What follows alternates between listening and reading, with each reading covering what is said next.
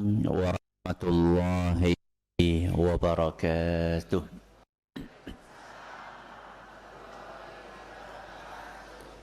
Alhamdulillahi rabbil alamin. Wa bihi nasta'inu ala umuri dunya waddin. Wa sallallahu ala nabiyyina wa sayyidina Muhammadin wa ala alihi wa sahbihi ajma'in, amma ba'd. Kita panjatkan puja dan puji syukur kehadirat Allah subhanahu wa ta'ala. Pada kesempatan pagi yang berbahagia kali ini, hari Ahad tanggal 9 Safar 1447 Hijriah, atau yang bertepatan dengan tanggal 3 Agustus 2025, kita kembali diberi kekuatan, kesehatan, hidayah, serta taufik dari Allah Jalla wa'ala, sehingga kita bisa kembali menghadiri pengajian rutin Harumis yang berada di Masjid Nur Kamil. Kita berharap semoga Allah subhanahu wa ta'ala untuk melimpahkan kepada kita semuanya ilmu yang bermanfaat, sehingga bisa kita amalkan sebagai bekal. Allahumma amin. Salawat dan salam semoga senantiasa tercurahkan kepada junjungan kita Nabi Agung Muhammad sallallahu alaihi wasallam, kepada keluarganya, sahabatnya, dan umat itu hingga akhir.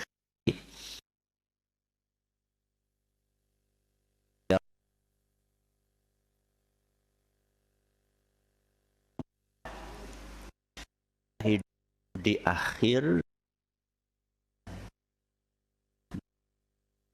zaman ini orang yang stres. Oh, stres gue kancane sutris. Kenapa stres? Terutama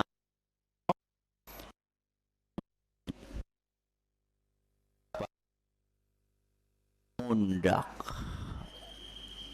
gajine ajek bae.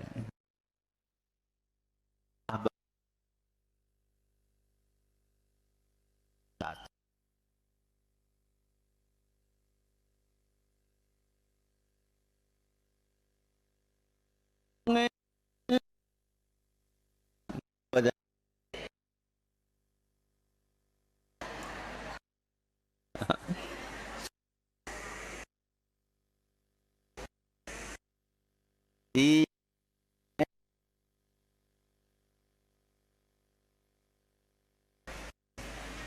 tangane layangan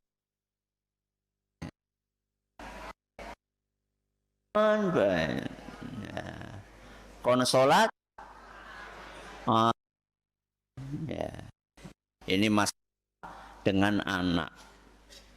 Yang ketiga, sering terjadi antara suami dengan istri. Konfliknya habis-habis. Saben dina ana bae masalah. Kadang cuma gara-gara salah ngomong jadi masalah. Kadang ngasih duitnya sambelnya kepedesen. Wong sambel ya pedes. Ya. Jangane kasih ngesuk orang anak uyahe masalah maneh. Masalah datang bertubi-tubi yang membuat tidak sedikit orang yang gelisah, galau, tidak tenang, tidak tentram, bahkan na'udzubillahi min dzalik, bisa sampai bunuh diri. Dan tidak sedikit orang yang kelihatannya dari luar itu baik-baik saja. Ketemu mesem, ya, tutur katanya halus, tapi ternyata dia memendam di dalam hatinya perasaan gelisah yang luar biasa. Berarti itu cuma topeng. Ya. Na'udzubillahi min dzalik. Dan tragisnya Bapak Ibu yang kami hormati, kondisi ini bukan hanya dialami oleh orang-orang dewasa, oleh orang-orang yang sudah tua, bahkan muda-mudi, para pemuda, para pemudi, para remaja, bahkan anak-anak pun banyak di antara mereka yang merasa gelisah hidupnya. Pertanyaannya, pelariannya kemana? Ketika orang gelisah, orang nggak tenang, uripe orang ayem, pelariannya kemana? HP. Kenapa? HP. Mending nek HP itu untuk dengerin pengajian. Enggak. HP-nya kok ngapa, Bu? TikTok. Nek bapak-bapak nggih napa? Facebookan, sepuh-sepuh ngertos Facebook yo. Go nonton YouTube. Ya nek sing ditonton sing apik-apik. Ya. Atau buat napa? Dolanan game.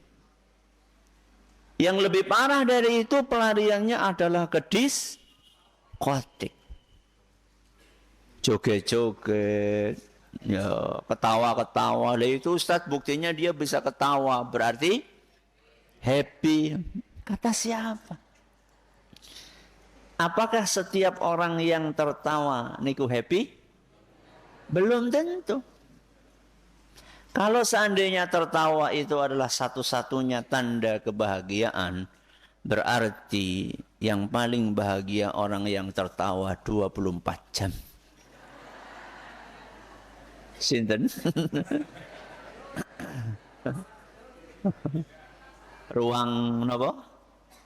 Sakura, ngertos? Ya. Tidak mesti orang tertawa itu bahagia, belum tentu. Nun sewu, orang yang mabok.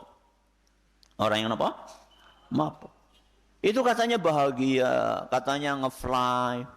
Ya, orang yang pakai obat-obatan terlarang, katanya semua masalah lupa saat itu. Sehingga kayak nggak ada beban. Pertanyaannya, ketika obatnya itu hilang, sadar kembali, pripun? Tambah mumet. Tambah mumet. Jadi seluruh hal ini pasti ada sebabnya. Pasti ada apa? Sebabnya. Sebabnya adalah karena mereka menjauh dari sinten? Allah. Padahal seharusnya kita itu menjauh nopo mendekat? Mendekat. Ada masalah, ndak ada masalah, harusnya kita dekat sama sinten? Sama Allah. Lalu nggak ada masalah saja kita harus dekat sama Allah, apalagi pas ada masalah. Lalu lagi ada masalah kok malah semakin menjauh dari Allah. Pelariannya seperti yang saya sebutkan tadi. Ya pasti hidupnya tambah gelisah, tambah tidak tenang. Perhatikan apa pesan dari Allah Subhanahu wa taala dalam Al-Qur'an surat Az-Zumar. Surat apa? Az-Zumar. Az-Zumar sih surat nomor pinten? Apal ya?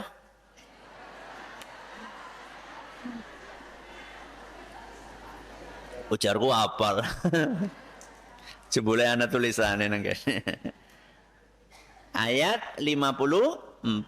Apa kata Allah Subhanahu wa taala? Wa anibu ila rabbikum. Dan kembalilah kepada Allah. Jadi kita ini disuruh apa? Kembali. Setiap kita menjauh dari Allah, maka kembalilah. Seluruh kegelisahan, ketidaktentraman, kegalauan yang dialami oleh manusia itu gara-gara menjauh dari Allah. Jadi pikiran kacau, hidup terasa berat. Itu gara-gara kita nggak punya pegangan. Nggak tahu arah hidup. Seperti orang dimasukkan ke dalam nopo? Hutan yang gelap, gulita. Nggak dibawain senter, nggak dibawain tongkat, nggak dibawain kompas. Kalau sekarang Google Map. Orang sinyal ya. Hutan gelap, coba jenengan bayangkan dimasukkan ke hutan gelap, di situ ada binatang buas, ada binatang berbisa, kemudian ada jurang, gelap gulita, nggak bawa panduan apa-apa. Pripun rasane? Bingung. Arab janggeleng tok, bakucuk-ucuk teka macan. Ya. Atau ucuk-ucuk anak sing merambat. Mau jalan, mbok takut di depannya ada apa? Ada jurang. Bingung. Itulah kondisi orang yang menjauh dari Allah. Orang yang menjauh dari Allah itu, dia akan kehilangan arah dalam hidupnya. Dia tidak akan punya pegangan dalam hidupnya. Orang yang tidak punya pegangan, tidak tahu arah, pasti hidupnya gelisah. Dan penyebab terbesar seseorang menjauh dari Allah adalah gara-gara dosa dan maksiat yang selalu dikerjakan tanpa diiringi dengan taubat. Tadi ayat berapa tadi? 54. Ya, ayat 54 memerintahkan kita untuk kembali kepada Allah. Kenapa? Diingatkan di ayat sebelumnya. Karena banyak orang itu menjauh gara-gara dosa dan maksiat. Makanya apa kata Allah Subhanahu wa taala di ayat sebelumnya? Berarti ayat pinten? 53. Nah, kalau tadi kan ayat 54. Ayat 53 apa kata Allah Subhanahu wa taala? Qul, katakanlah wahai Muhammad, ya ibadiyalladzina asrafu ala anfusihim. Katakanlah wahai Muhammad, wahai hamba-hambaku. Hamba-hamba ini sinten? Allah. Yang sudah melampaui batas. Melampaui batas niku maksude kakean dosa. Dosanya sudah nopo? Menumpuk. Saking tingginya tumpukannya itu sampai kemana? Sampai ke langit.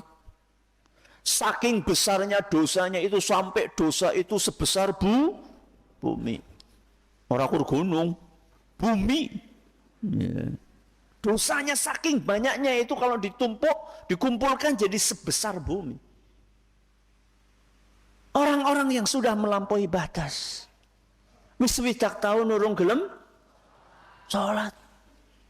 Wonten? Wonten? Mangkat orang? Oh mboten. Jarku mangkat.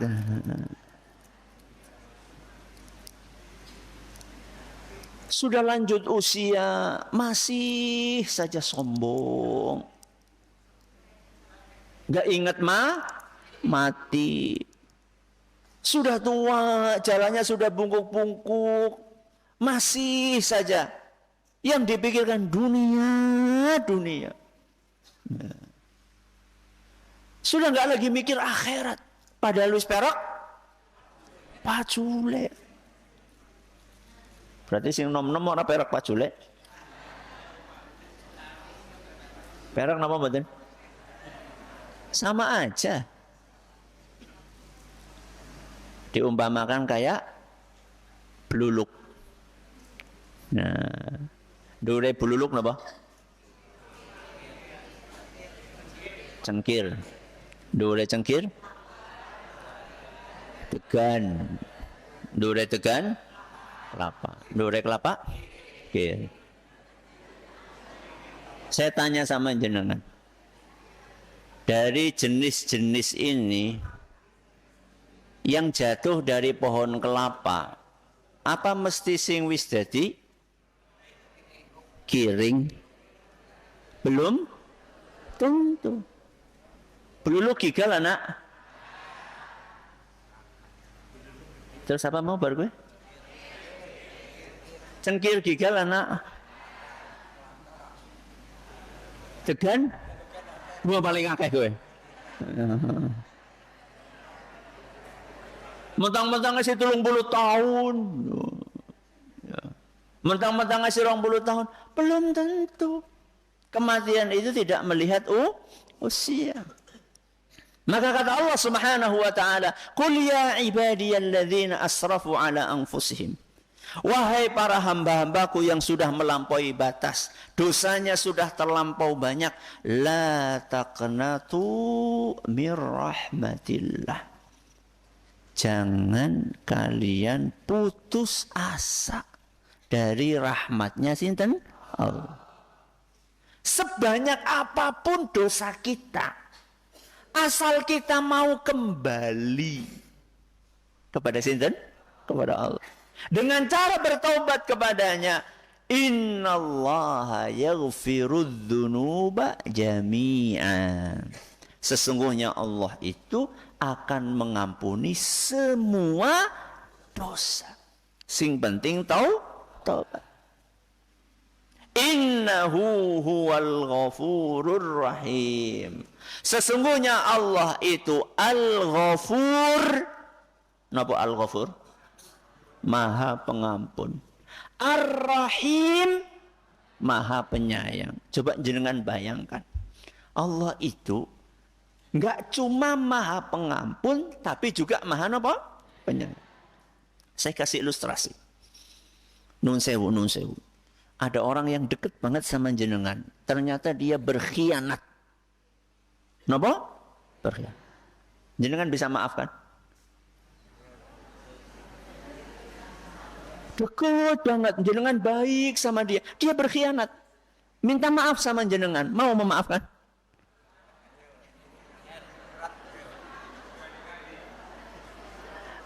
Akan memaafkan saja terasa apa?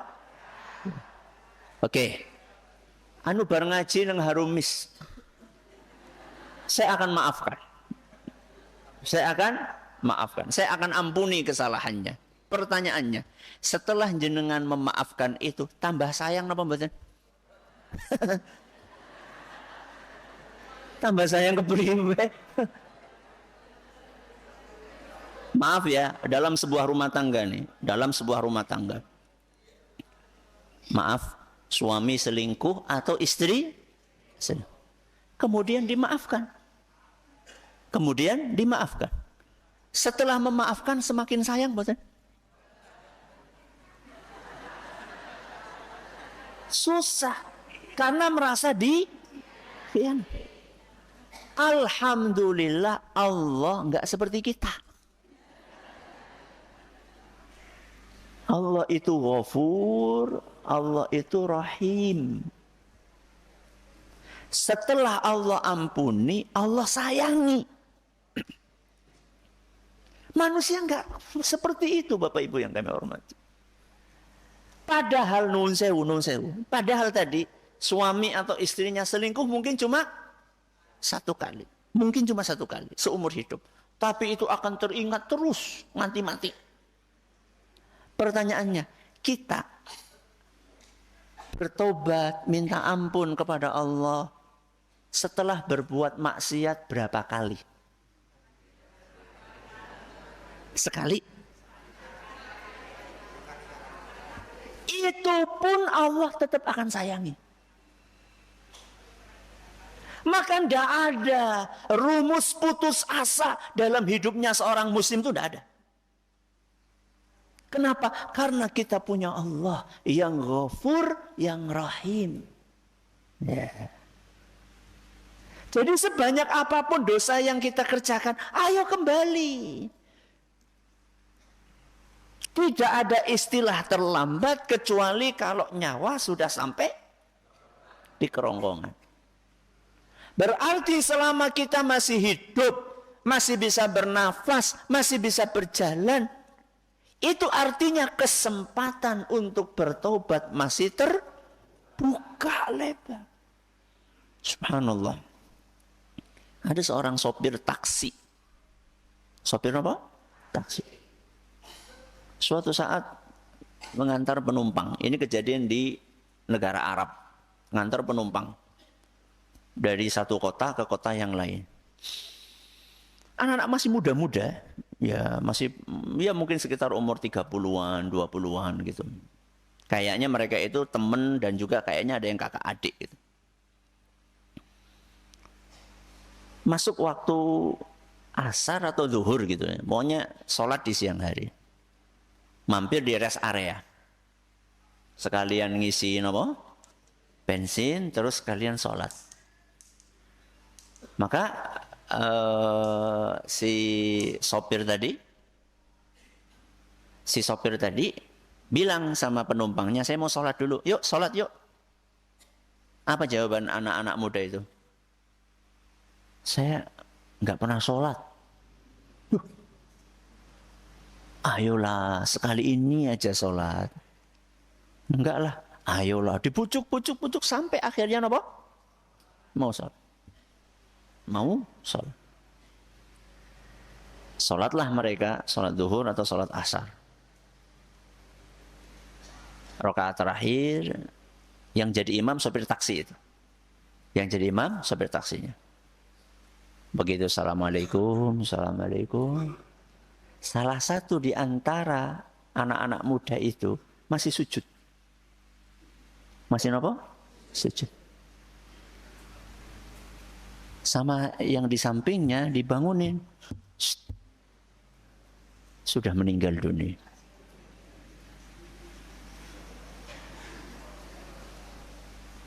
Yang di sampingnya nangis gugup. Kata sopir taksinya, sabar, ini meninggalnya kan bagus dalam keadaan apa? Sholat, sabar. Saya itu nangis bukan karena sedih. Tapi saya nangis itu betapa sayangnya Allah kepada kakak saya. Seumur hidup nggak pernah sholat. Begitu sholat meninggal dunia. Berarti apa? Husnul khatimah. Coba jenengan bayangkan. Orang tahu ngibadah. Begitu ngibadah meninggal. Yang ngarep kayak gue bayi Ustaz. Loh. Priwe sih. Kok malah kesimpulannya kayak gue. Kalau ada orang yang mau nyontoh kayak gitu gimana? Pripun Bu? Lo jenengan tahu apa enggak? Kapan? Matinya. Ada sebagian orang, Rasulullah SAW kan meninggalnya umur berapa? 63 tahun. Ya. Arab maksiat nganti 62 tahun. Engkau begitu masuk 63 langsung apa? Tobat, mangkat masjid, ngaji, dan seterusnya. Jebule belum sampai 62 sudah apa? Mati. Jadi jangan cerita tadi kemudian dijadikan sebagai wah saya mau seperti itu. Belum tentu. Cuman saya bawakan cerita tadi itu untuk menggambarkan Allah itu penyayang kepada para hamba. Maka tidak ada alasan untuk tidak kembali kepada Allah. Mungkin kalau seorang pembantu ya yang nyuri dari rumah majikannya, dia akan kembali ke rumah majikannya merasa apa?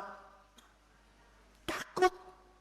Bok malah dilaporkan polisi. Allah tuh nggak seperti itu, Bapak Ibu yang kami hormati. Sebanyak apapun dosa yang kita kerjakan, kalau kita kembali, kita akan disambut oleh Allah Subhanahu wa Ta'ala. Bahkan Allah akan senang sekali dengan hamba-hambanya yang sudah menjauh terus mau apa? Mendekat kembali kepada Allah Subhanahu wa ta'ala. Bismillah.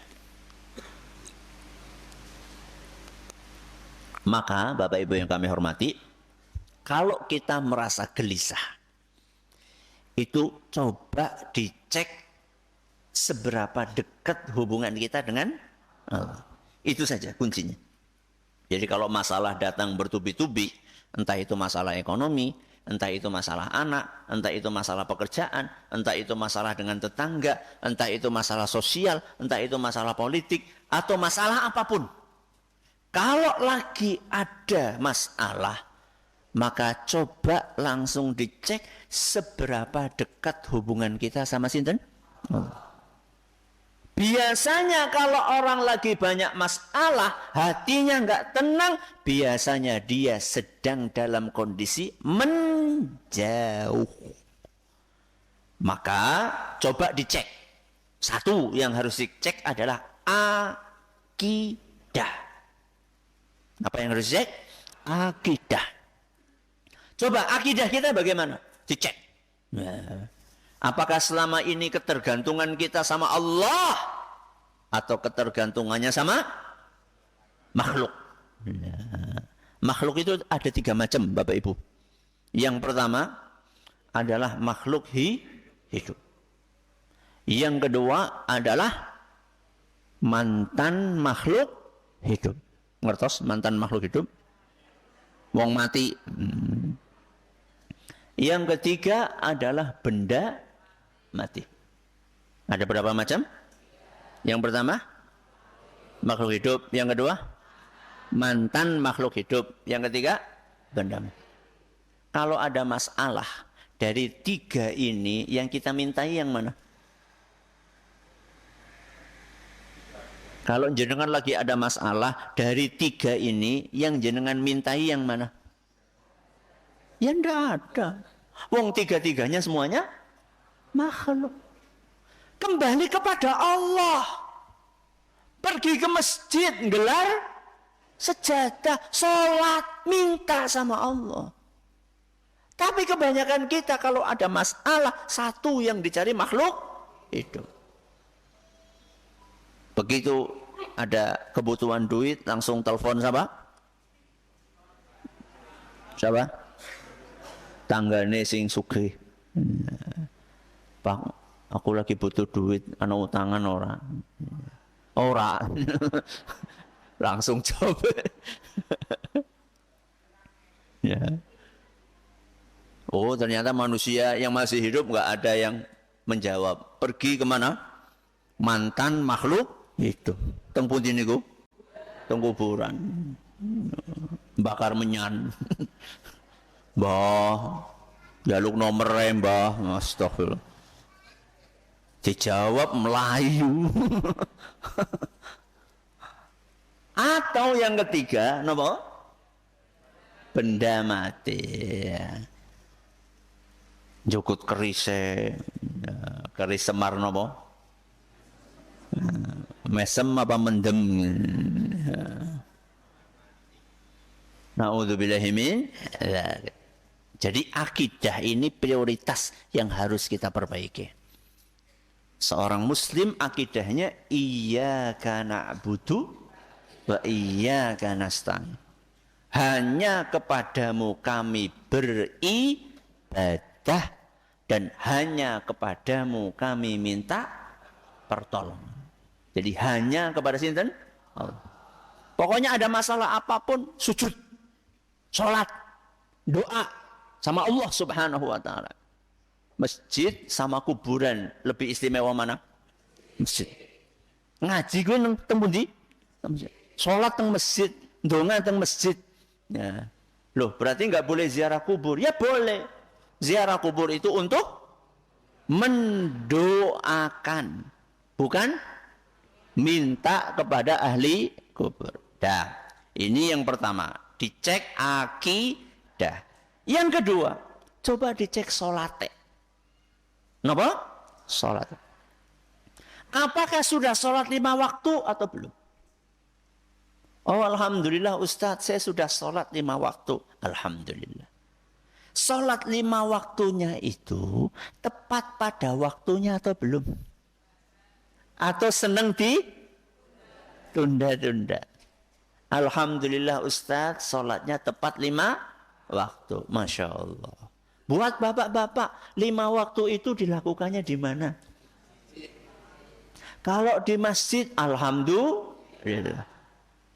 Ya saya sudah 5 waktu di masjid, tapi saya masih gelisah Ustadz. Coba jenengan perhatikan.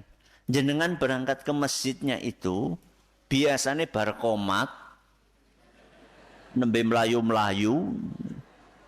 Apa malah sebelum azan sudah berangkat? Perbaiki terus. Alhamdulillah Ustadz. Saya berangkatnya sebelum azan sudah berangkat ke masjid Ustaz. Oh bagus, berarti soft pertama. Iya soft pertama.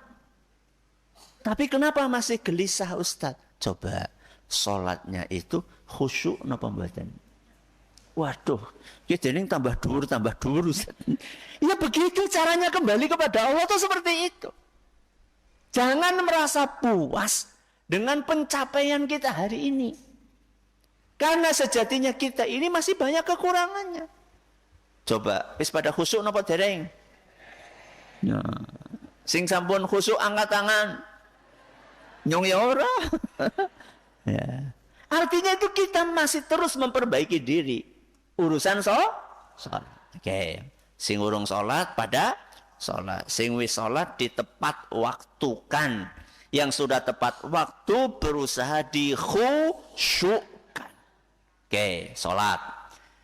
Akidah, sholat. Terus napa? Birrul walidain. Coba, kalau lagi kita banyak masalah, lihat bagaimana hubungan kita dengan orang tua kita. Kan seandainya orang tua kita jauh dari kita, apakah kita rutin untuk mengunjungi beliau?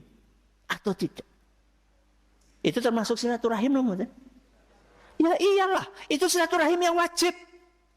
Ada sebagian orang silaturahim menggone bibine, menggone pamane, menggone uane, wong tuane ora tahu. Itu aneh itu. Silaturahim yang paling wajib adalah silaturahim anak kepada sinten? Orang tua. Kalau jauh dikunjungi, Ustadz nggak ada duit, telepon yang rutin. Ya, sekarang kan banyak sarana. Bisa nopo? Video call. Kan seneng. Nek mbiyen dhewe karep telepon pripun? Ngantri teng pundi? Wartel. Mangkate bar subuh. Kenapa? Ben oleh rega murah. Soalnya jam 6 ke atas sudah mulai nopo? Naik, apalagi jam 7 ke atas. Coba sekarang saya tanya sama jenengan. Jenengan telepon ke orang tua, apa harus jam segitu? Dengan HP, sambil tiduran bisa. Sambil duduk di dalam rumah bisa. Kenapa tidak kita lakukan itu? Hubungan kita sama orang tua kita. Orang tua kita butuh apa-apa, apakah sudah kita penuhi atau belum? Ya. Le, aku pengen kayak gie. Jawabnya apa? Nggih. Udah nggih dulu aja. Masalah engkau kepriwe ya yang penting apa? Nggih.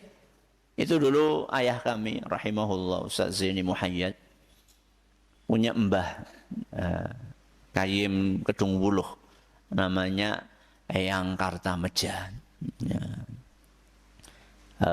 Biasa dipanggil Mbah Ayat, ya. Namanya Muhayyad. Ya. Saat itu ayah kami tinggalnya di Banyumas. Ya, mimpin pondok namanya Pondok Miftahus Salam. Sedangkan mbah kami di Kedung Wuluh. Di usia yang sepuh sudah nuwun sewu, sudah pakai apa namanya pipisnya, kateter, ya sudah pakai kateter. Bilang,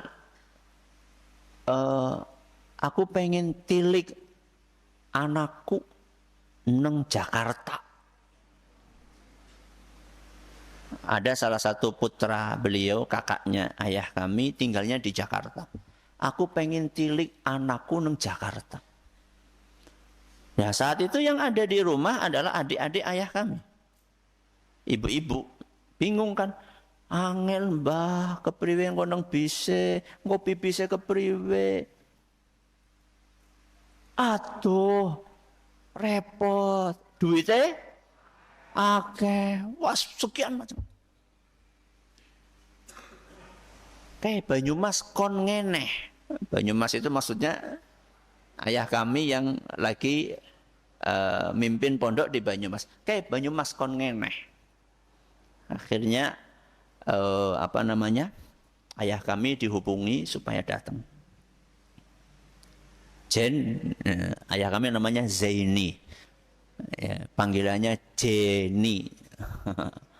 Keren ya. Makanya nama saya Abdullah Zain. Ya. Jen, aku pengen mau Jakarta. Ayah kami diam sebentar. Apa kata beliau? Nggih. Nggih. Jadi nggak pakai apa? Nggak pakai banyak alasan. Nggih. Padahal saat itu ayah kami itu duitnya kang diurung ngerti. Caranya bagaimana? Itu belum tahu. Beliau cuma bilang, nggih. Nah, habis itu ya udah mikirin entah itu minjem duit kemana, entah itu. Saat itu kan Masya Allah yang namanya mobil pribadi itu masih apa? Masih jarang, langka. Yang ada adalah kendaraan umum. Jangan bayangkan coba bahwa kakek-kakek ya sudah pakai apa? Kateter, naik bis umum, munggah muduni kepriwe jajan. Ayah kami beliau katakan pokoknya apapun yang diminta oleh bapak dan ibu beliau, kalau selama masih bisa maka beliau akan tunaikan. Birrul walidain. Apalagi cuma sekedar aku pengen mengnur Kamila, tolong diantar. Angel apa? Mau tinggal di di papa. Kemudian nanti dicarikan tempat yang nyaman di masjid. Apa susahnya? Apalagi ini untuk kebaikan. Arab ngaji. Kecuali aku tolong diantar mau diskotik. Masa nambah harap mati kayak gue. Ya rembuk. Paling kalau orang sudah sepuh itu yang diinginkan mungkin aku pengen ngone adine, aku pengen ngone nombok kayune, saya pengen ke tempat adik, saya pengen ke tempat kakak. Paling kan itu permintaannya gitu loh. Selama masih bisa kita tunaikan, kita tunaikan. Saya katakan, mbok ngajok. Mbok ngapa? Ngajok. Khawatir menyesal. Begitu apa? Begitu sudah meninggal. Kalau sudah meninggal dunia, tidak bisa kita turuti permintaannya. Mumpung beliau itu masih hidup. Apa sih yang kita kejar? Yang kita kejar adalah keridhaan orang tua. Kalau orang tua sudah ridho, Allah akan ridho. Itu yang dikejar. Ridallah fi ridal walidain wasukhtullah fi sukhtil walidain. Ridhonya Allah itu tergantung ridhonya orang tua. Marahnya Allah tergantung marahnya orang tua. Cari ridhonya orang tua. Subhanallah. Satu orang ibu bisa ngurusi 5 anak nganti gede. Begitu ibu itu tua, anak-anak sudah pada mentas, 5 anak nggak bisa ngurusi satu ibu. Weh, kebangetannya kayak ngapa jajar? Satu orang ibu, ngurusi 5 bisa. 5 ngurusi siji orang bisa. Pediren. Ke ibu namanya nyong wis seminggu gantian. Anak pertama ngomong kayak gitu. Akhirnya antara 2 sampai 5 anak ini pada apa? Lempar-lemparan. Wah, omahku ora kepenak. Kamare kur siji. Yang satunya aku berhasil sarmentong. Yang satunya lagi aku kerja. Subhanallah. Bahkan berapa kali saya temukan, subhanallah, sedih ya. Ada ibu-ibu sepuh-sepuh gitu ya, atau bapak-bapak, lupa saya, lagi periksa ke rumah sakit. Sendirian. Padahal beliau jalannya sudah susah. Anaknya pada ngendi. Ya kalau nggak ada anaknya sih no problem. Beliau cerita, anak saya ada, tapi pada sibuk. Subhanallah. Apa nggak bisa meluangkan 1 hari untuk ngantar nopo? Kontrol. Itu tangan yang keriput itu.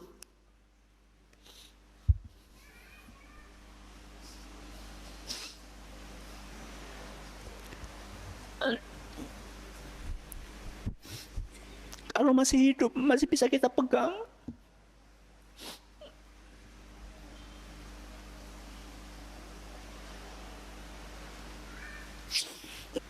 Masih bisa kita gandeng.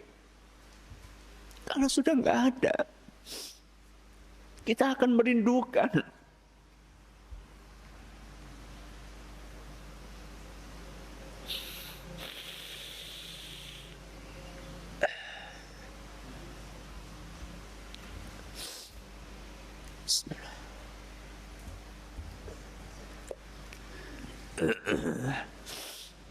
Ini yang ketiga, apa? Birrul walidain.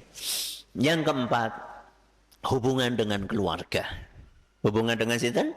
Keluarga. Hubungan dengan keluarga itu maksudnya adalah suami dengan sinten? Istri, istri dengan suami, orang tua dengan anak-anak. Jadi kalau ada masalah besar, masalah banyak, coba kita cek seberapa harmonis hubungan kita dengan pasangan kita. Bapak-bapak, seberapa jenengan peduli dengan istrinya? Seberapa jenengan sayang kepada istrinya? Seberapa jenengan sering meluangkan waktu untuk bercengkerama, ngobrol dengan siapa? Dengan istrinya. Atau masing-masing sibuk dengan HP-nya. Ya. Wong lagi makan. Lagi apa? Makan. KPH nyekel. Wonten apa mboten? Kata. Di meja makan ada bapak, ibu, anak 2. HP-nya berapa? 4. Minimal pas lagi makan, HP diapain? Disingkirkan. Sehingga suasana makan itu akan terasa hangat. Ya. Jadi jangan sampai HP ini merusak hubungan dalam rumah tangga kita. HP itu menjauhkan yang dekat, mendekatkan yang jauh. Menjauhkan yang dekat, mendekatkan yang jauh. Coba bayangkan jenengan, wong istrinya di hadapan dia malah sibuk WA-an karo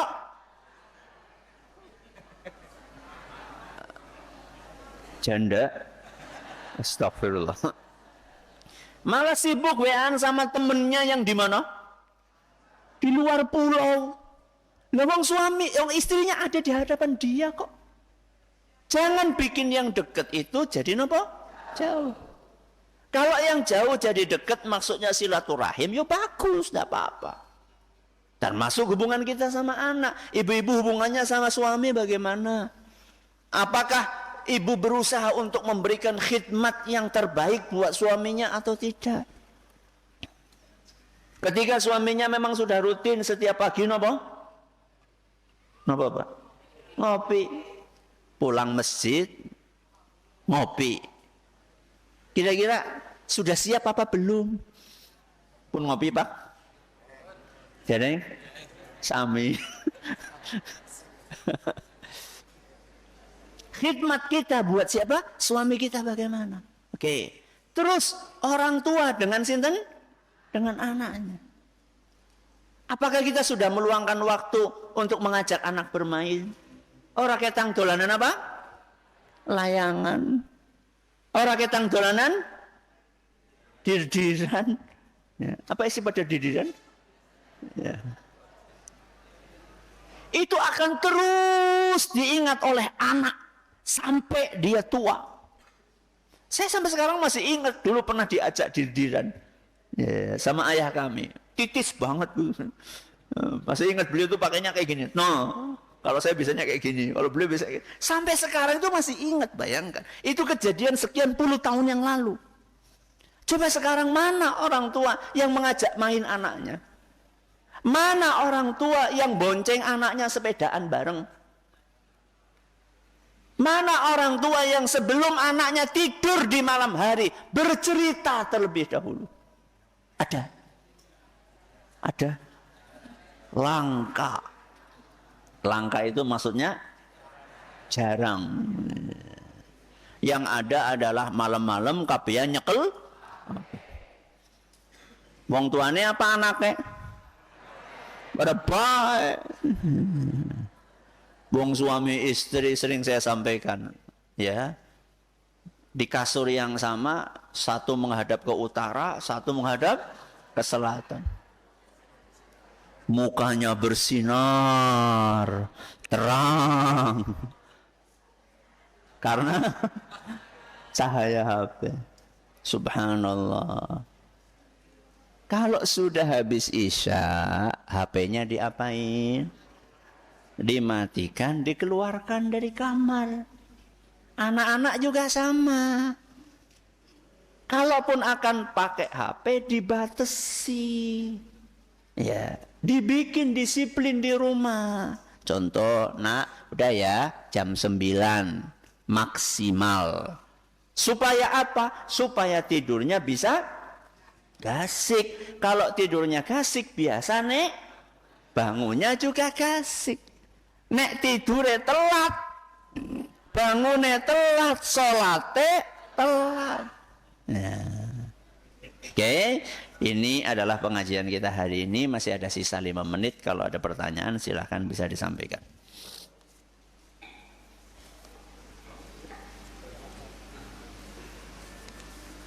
Assalamualaikum warahmatullahi wabarakatuh. Waalaikumsalam warahmatullahi wabarakatuh. Terima kasih mohon izin bertanya. Seseorang yang telah atau pernah melakukan dosa besar, apakah itu zina, membunuh orang, atau syirik, kemudian dia bertobat, apakah pernyataan tobat ini dilakukan untuk sekali atau dilakukan berkali-kali? Terima kasih. Wassalamualaikum warahmatullahi wabarakatuh. Terima kasih atas pertanyaannya. Orang yang habis melakukan perbuatan dosa besar, apapun dosa besar itu, kemudian dia bertobat, apakah cukup 1 kali? Kalau diterima, cukup. Kalau diterima sama Allah. Karena kalau Allah sudah menerima taubat seorang hamba, maka dosa-dosanya akan diampuni sama Allah. Tapi yang jadi masalah adalah, apakah jenengan bisa memastikan bahwa tobat itu sudah diterima? Kan kita tidak tahu informasi dari mana. Makanya sebaiknya tobat itu rutin. Tobat niku napa? Rutin. Kata Nabi SAW, ayyuhan nas, tubu ilallah. Wahai para manusia, bertobatlah kepada Allah.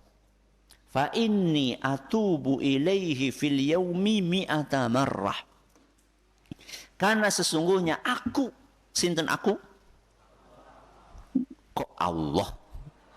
Sesungguhnya aku, Kanjeng Rasul SAW. Setiap hari tobat 100 kali. Pinten? 100 kali. Sinten niku?